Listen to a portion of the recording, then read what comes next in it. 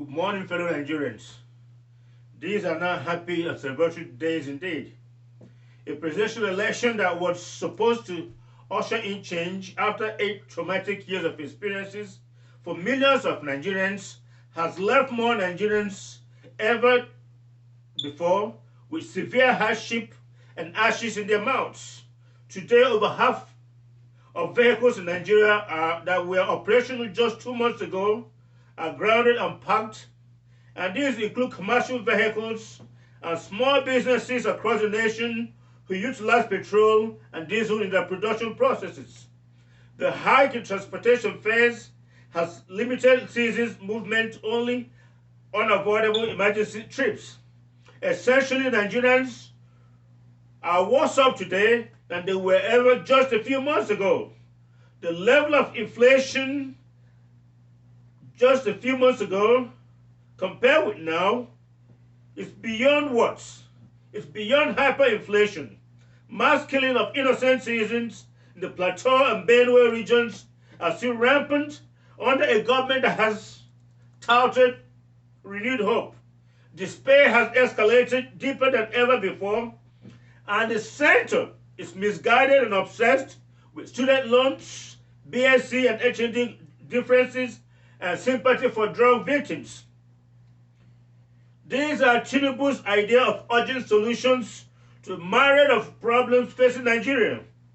If this is not failing why Nigeria implodes, I do not know how else to put it. Tinubu has failed woefully in 1 month in office, and it will get worse if nothing is done.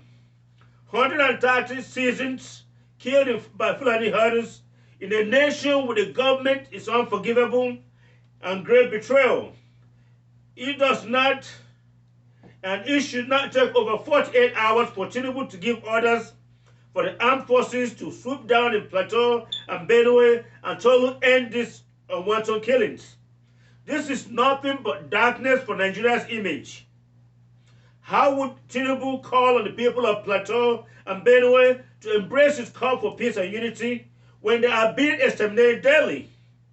If these innocent citizens killed were Muslims, Tinubu and Shetima would have given orders within hours for the armed forces to arrest the situation.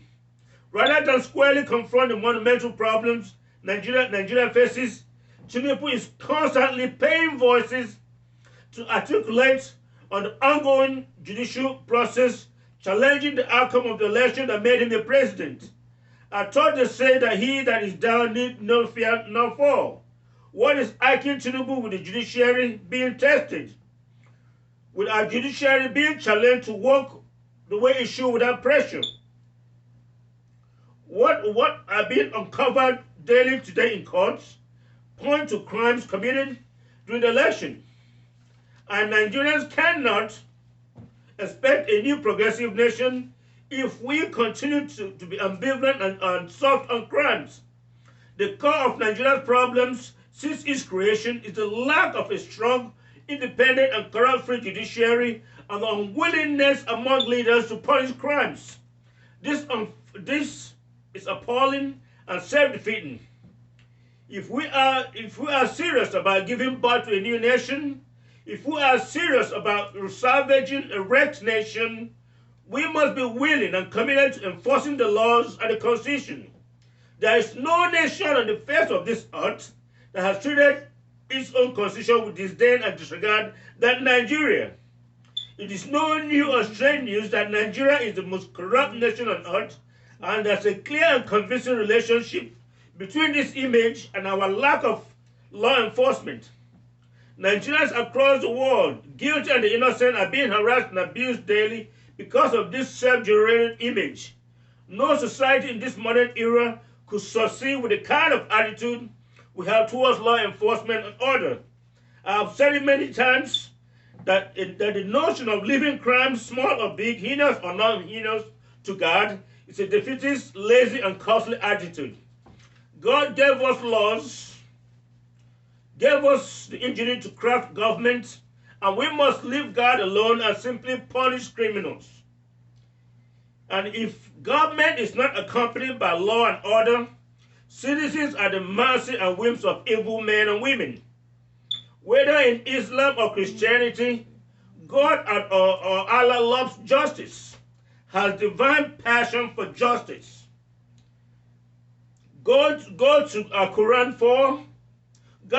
Allah invites us to stand firm in justice. Quran 4, Allah invites us to stand firm for justice, even if that justice is against ourselves and against family members. Go to the Holy Bible. The Bible, Leviticus 19, warns us about perverting justice and showing partiality to the great. Also in Psalm 89, God informs us to make justice our foundation for leadership. Jeremiah 22 speaks of delivering one who has been robbed from the powers of his oppressor as part of doing justice.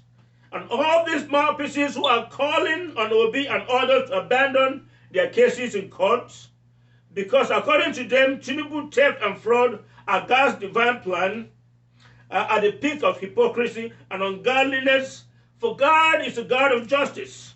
And to attempt to tie theft and fraud to the unity and peace of Nigeria, to say to Nigerians that for us to have peace and be united, we must be willing to sacrifice justice, is the shortest route to anarchy and is patently false. It is misleading and ignorant.